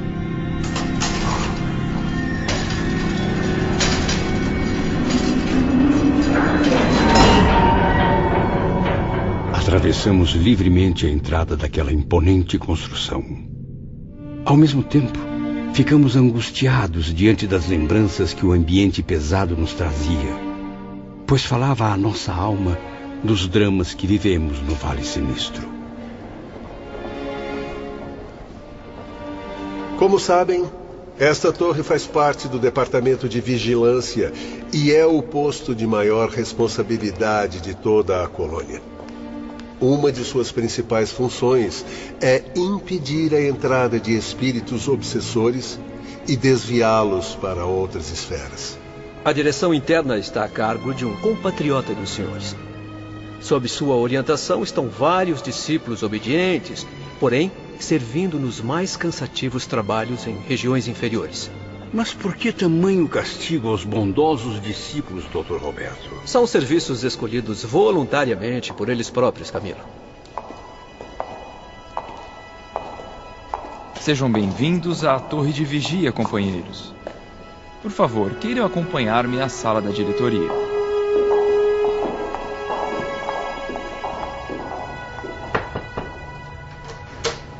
Boa tarde. Eu e meu filho Roberto viemos atender a um pedido do irmão Teócrito. Muito boa tarde, doutores Carlos e Roberto de Canaleiras. Já estou a par da solicitação do amigo Teócrito. Pois aqui estão os nossos irmãos enfermos, ansiosos e dispostos a iniciar a nova etapa de instrução. Esta casa também pertence a vocês. Que ela os acolha com muita paz, em nome do poderoso Mestre Jesus e da nossa abençoada guardiã Maria de Nazaré. Faço votos de que logo se restabeleçam e progridam, meus irmãos. Muito obrigado. Desculpem-me, eu tenho o péssimo hábito de achar que aqui todos me conhecem. Eu sou o padre Anselmo de Santa Maria, diretor da Torre de Vigia.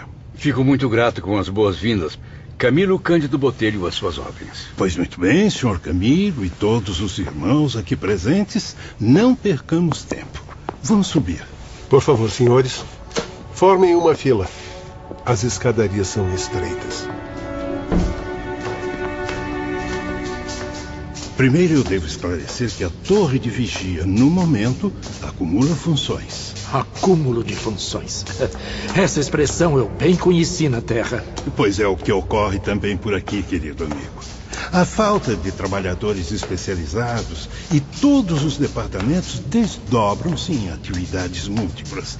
Nós, por exemplo, os da torre, atendemos a casos muito variados, bem diferentes de nossa especialidade. Após longa subida, alcançaram o andar mais alto, pois a inspeção partiria em sentido inverso, isto é, do pavimento superior para os que ficavam abaixo. Venham, irmãos, por aqui. Um enorme salão circular mal iluminado, um tanto sinistro, surgiu à nossa frente, rodeado de confortáveis bancos estofados. Portas largas, envidraçadas, estendiam-se em toda a circunferência, deixando ver o que havia dentro de cada aposento. Aproximem-se das portas. Venham. Podem examinar os cômodos à vontade. Nós podemos entrar nos aposentos? Não. A entrada é proibida. E se notarem bem, não ouvirão um único som. As vidraças são feitas de substâncias isolantes, totalmente à prova de ruído. No primeiro gabinete, amigos, verão diversos aparelhos parecidos com telescópios possantes, máquinas aperfeiçoadas para sondagem a grandes distâncias. Espécies de raio-x capazes de pesquisar os abismos do mundo invisível e também da Terra. E quanto àqueles estranhos equipamentos logo ali à esquerda, nessa mesma sala? Jamais vi algo semelhante. Não fique ansioso, Camilo. Muita coisa por aqui irá desafiar a sua compreensão. Afinal, ainda é um calouro do mundo espiritual. Há muito a ser aprendido. O segundo gabinete é um pouco mais familiar aos senhores. Sim, Dr. Roberto. Mas estas telas luminosas são colossais. Perto delas, os receptores de imagem da enfermaria parecem miniaturas. Nestes visores também retratam-se acontecimentos e cenas ocorridos a enormes distâncias. Semelhantes aparelhos, cuja perfeição o homem tenta, mas ainda não consegue criar, permitem conhecer qualquer assunto nos mínimos detalhes, desde micro-organismos nas profundezas do oceano até sequências de existências humanas. Mais uma vez comprovo como a humanidade continua atrasada. Não vejo a hora de conhecer melhor essas máquinas tão modernas. Contenha-se, meu caro Camilo. A utilização desses equipamentos só é permitida em casos realmente necessários. Havia ainda um terceiro aposento, o maior de todos. Está lembrado, Camilo? Ah, e como, Ivone? Ocupava todo um andar da majestosa torre, parecendo uma oficina mecânica, onde os espíritos operários eram importantes vultos da ciência. Era como uma usina eletromagnética. Local reservado à maquinária que regulava todos os aparelhos da colônia. Inclusive o sistema de iluminação noturna. E em todos os compartimentos havia movimento incessante, trabalho árduo, talvez exaustivo. Muitas mulheres destacavam-se no quadro de funcionários. Pareciam ter asas, indo e vindo em silêncio, concentradas, cobertas por roupas brancas, tão brancas que chegavam a brilhar. Esta fortaleza, a qual pertence não só à torre de vigia, como as demais que aqui se vêem, abriga o regimento de soldados e lanceiros. Muitos dos integrantes desse regimento são discípulos da iniciação cristã. Alguns foram também suicidas, que agora experimentam conosco a reparação de antigos erros. Outros, no entanto, saíram da mais profunda crueldade, pois foram, além de suicidas, temíveis obsessores. Todos são tratados pela direção da colônia com muito amor e bondade. Certamente, Dr. Carlos. E para os obsessores existem recomendações especiais provindas do mais alto, pois a ilustre guardiã da Legião deseja vê-los recuperados o mais breve possível. Assim sendo, além dos trabalhos que desempenham, todos estudam, aprendem noções indispensáveis de amor, justiça e dever. Fico feliz ao ver que muitos já venceram as primeiras etapas das provações. Voltaram de terríveis reencarnações, continuando aqui sua instrução. Não podemos nos esquecer também dos batalhões de lanceiros hindus que vivem aqui. Voluntariamente, dedicam-se a servir de modelo para os recém-arrependidos, cooperando conosco para sua reabilitação. Lembram-se do Vale Sinistro? Infelizmente. Pois bem, se não fossem estes aparelhos à sua frente, certamente vocês não estariam aqui. continuariam ainda a sofrer os tormentos daquela deplorável região. Então, enquanto estávamos perdidos no Vale Sinistro, éramos vigiados o tempo todo por estas máquinas? Eu não diria vigiados, mas acompanhados, meu amigo. Através desses aparelhos, estamos em ligação permanente com o que acontece no Vale dos Suicidas. Graças a eles, presenciamos o que ocorre ali. Sabemos de tudo e ouvimos tudo. Não seria conveniente utilizarmos a clarividência espiritual em vez das máquinas? Boa pergunta, Dr. Carlos. Sim, certamente somos aptos a usar a visão à distância, assim como outros dons especiais. Temos, inclusive, aqui na torre, espíritos capazes de executar este trabalho tão delicado. E por que os utilizamos tão pouco? Porque seria sacrificar demais essas preciosas riquezas da alma num ambiente tão pesado. Nossos irmãos e irmãs gastariam muita energia sem necessidade quando os aparelhos realizam o mesmo sem tantas exigências de ordem mental. Então, já que a tudo podem observar, qual a razão de nos deixarem sofrendo naquele pântano por tanto tempo? Por mais desgraçados que sejam os habitantes do vale, acredite, Camilo, jamais serão desprezados. Os servos de Maria velam por eles, assim como velaram por vocês, através desses magníficos aparelhos, e os socorrem no momento oportuno. Momento oportuno? Há momento mais oportuno para resgatar aqueles sofredores do que imediatamente ou o mais rápido possível? Antes de tudo, eles mesmos devem estar em condições de serem socorridos, transportados para outro local. Mas que condições seriam essas? A maioria mal consegue se locomover? Sim, meu amigo. Mas não devemos pensar só no aspecto físico, como se fossem simplesmente homens encarnados sofrendo os males da matéria. Existe uma fatalidade própria do ato suicida que nos impede de prestar assistência rápida àqueles espíritos condenados. Eles não estão totalmente desligados do corpo carnal. Ou seja, ainda estão semi-encarnados, ou semi-desencarnados, como queiram. São as potências vitais que Deus imprimiu ao ser humano com todas as energias sobre o suicida. Viverá ele assim da vida animal ainda por muito tempo, apesar da desorganização no corpo de carne. Palpitarão nele com vigor impressionante as atrações de sua qualidade humana, até que as reservas vitais de energia fornecidas para o período completo de sua existência se esgotem ao atingir a época prevista pela lei divina da desencarnação. Meu Deus, tenha piedade deles e de nós. E o suicida ficará nessa situação anormal e deplorável sem que nada possamos fazer para socorrê-lo, apesar da nossa boa vontade. É por esse motivo que a misericórdia divina encaminha geralmente esses casos, tidos como os mais graves, a reencarnações imediatas.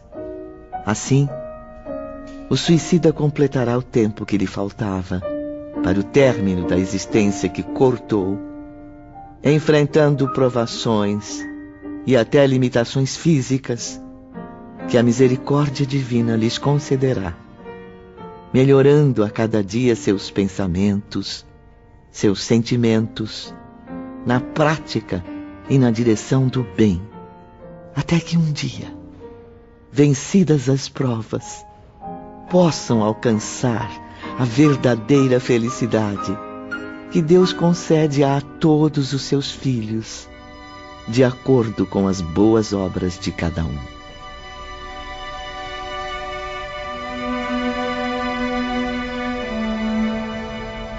Como vê, amigo Camilo, nesses casos, só o tempo poderá auxiliá-los. O que podemos tentar em benefício deles, nós o fazemos sem medir sacrifícios. Por isso, na ocasião adequada, organizamos expedições missionárias que descem ao inferno dos suicidas a fim de encaminhá-los para esta instituição.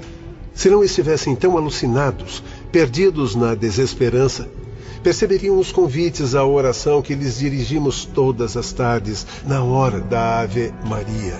Assim como as palavras de encorajamento, a fim de despertá-los para a confiança nos poderes divinos. Sim, meus filhos, pois não podemos nos esquecer de que tratamos com povos de formação cristã, espíritos que, mais ou menos, se emocionam ao recordar a infância distante, quando ao pé da lareira, no colo materno, balbuciavam as primeiras preces ao menino Jesus. Por isso, lançamos mão de todos os recursos legais para, de algum modo, enxugar as lágrimas desses pobres e descrentes que se jogaram no abismo. Então, foi exatamente assim que aconteceu comigo e os meus companheiros? Exatamente. Sempre que um condenado tiver extinguido, ou até mesmo aliviado sua energia animalizada, avisaremos o serviço de socorro da vigilância. Lembrando que o suicida pode estar arrependido ou não. Mesmo assim, nossos legionários partirão imediatamente ao seu encontro, trazendo-o para os cuidados da legião. Seja qual for a sua condição moral, arrependido, revoltado, insensível, ele será encaminhado pela vigilância ao local que lhe compete, conforme já sabem: o hospital, o isolamento, o manicômio ou para estas torres. É verdade, Dr. Roberto. Como dissemos, acumulamos afazeres por aqui, inclusive os relacionados à custódia de grandes criminosos, os suicidas obsessores. Enfim, com esses poderosos equipamentos, os técnicos localizam aquele que deverá ser socorrido. Em seguida, planejam o trajeto, apresentando-o depois à diretoria da vigilância, aos cuidados do nobre amigo Ramiro de Guzmán. E assim, com o favor de Deus e o consentimento do Cristo, arrebatamos mais uma ovelha das garras do mal. Ficaria imensamente honrado se me concedessem entrar nesses gabinetes. Sinto muito, Camilo. É rigorosamente proibida a entrada dos que não exercem atividades aqui. Por essa razão, não os convidei a uma inspeção minuciosa no compartimento dos aparelhos. Os funcionários são espíritos altamente selecionados, missionários do amor, os técnicos mais especializados do Instituto. Acima de tudo, dedicados, meu caro Dr. Carlos, pois podendo desenvolver trabalhos em esferas floridas de luz, preferem descer aos abismos sombrios da desgraça simplesmente para servir. Servir por amor ao Mestre Divino, a causa sagrada e santa dos seus irmãos infelizes. Estes sim, meus amigos, são verdadeiros anjos guardiães dos desgraçados por quem velam. Mas trabalham sem parar? Essas nobres almas não têm descanso, irmão Anselmo? De forma alguma. Elas são substituídas por outra turma de 12 em 12 horas. Descansarão, se quiserem, nos jardins do templo, que, como sabem, é o plano mais elevado de nossa humilde colônia. Ou se dedicarão a outros afazeres que lhes agradem, ou ainda alçarão as moradas a que, na verdade, pertencem. E o que eles recebem em troca? Existe folga semanal? Não, meu amigo Mário. Não são como os operários terrestres. Refazem-se durante o descanso das angústias suportadas num ambiente cruel onde trabalham e retornam no dia seguinte fiéis ao dever que abraçaram. Convém lembrar que, para os serviços de socorro e proteção aos suicidas, não existem nomeações nem imposições de leis, uma vez que o próprio suicídio está fora da grande lei divina. São tarefas, portanto, realizadas por espíritos voluntários, pela força sagrada dos sentimentos de caridade e amor a Jesus. Ó Cordeiro de Deus, fizeste da caridade a virtude por excelência. Admira-me ver figuras tão prendadas desdobrando-se em locais e serviços tão desagradáveis. Bem se vê.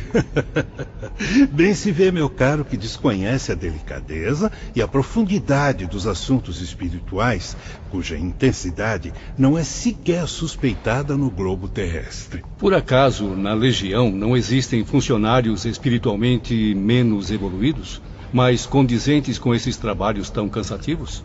Desculpe-me, mas eu creio que ainda não me disse o seu nome. Eu é que me desculpo. É que também tenho o péssimo hábito de achar que todos aqui já me conhecem, devido à popularidade que tinha na Europa. Sou Belarmino Queiroz, mas pode me chamar de Professor Belarmino. Pois muito bem, irmão Belarmino. É justo esclarecer que nossos funcionários mais simples, ou seja, policiais, assistentes, enfermeiros, vigilantes, etc., poderão realmente possuir extrema boa vontade e disposição, mas... Então, não estou certo? Mero equívoco, amigo professor. Eles ainda não se encontram à altura de tão importante desempenho.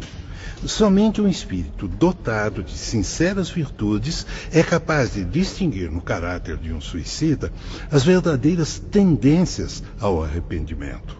Só um técnico dotado de extensos conhecimentos psíquicos saberia extrair das memórias desses réus o passado de suas existências, revendo-lhes as histórias vividas na Terra, para daí estudar a causa do fracasso. E mais, essas criaturas elevadas também orientam o programa reeducativo a ser aplicado no Instituto Maria de Nazaré, de acordo com a especificidade de cada situação.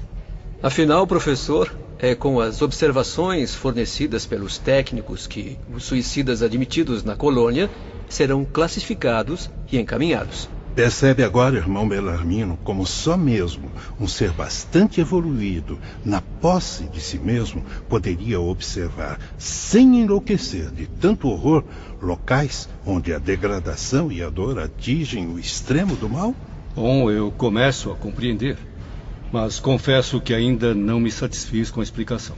Pois não se envergonhe em perguntar, ilustre professor. Ou por acaso os mestres são obrigados a ter respostas para todas as perguntas? Exemplos. Gostaria então de alguns exemplos. São inúmeros, mas creio que apenas um esclarecerá suas mentes. Existem almas de suicidas que não chegam a ingressar no Vale Sinistro por vias naturais, sabiam? É verdade, meus irmãos. Ingressar ali já significa que o delinquente está mais ou menos amparado. Amparado? Naquele buraco aterrorizante? Como assim, Dr. Roberto? Porque ele não sabe, mas já está sob a nossa assistência e vigilância, registrado na colônia como candidato à futura hospitalização. Há, no entanto, aqueles que são aprisionados ou seduzidos e desencaminhados antes de atingirem o vale por falanges de obsessores. Entidades criminosas que, às vezes, também foram suicidas ou mistificadores, espíritos perversos, cujo prazer é a prática da mentira. Escória do mundo invisível, desnorteada pelas próprias maldades que continuam vivendo na Terra ao lado dos homens, contaminando a sociedade e os lares que se distanciam dos bons pensamentos e ações. Seres que vagueiam nas mais baixas camadas, desgraçando criaturas imprudentes, que lhes oferecem acesso com a própria inferioridade moral e mental. Perdoem-me pela franqueza, senhores. Mas espíritos zombeteiros, mentirosos, multidões de criaturas horrendas, bruxas sedutoras, seres perversos e criminosos. Já tivemos exemplos desse tipo de horror durante a estada no Vale Sinistro. Pois considerem-se com sorte, irmão Belarmino. Sorte? Nós?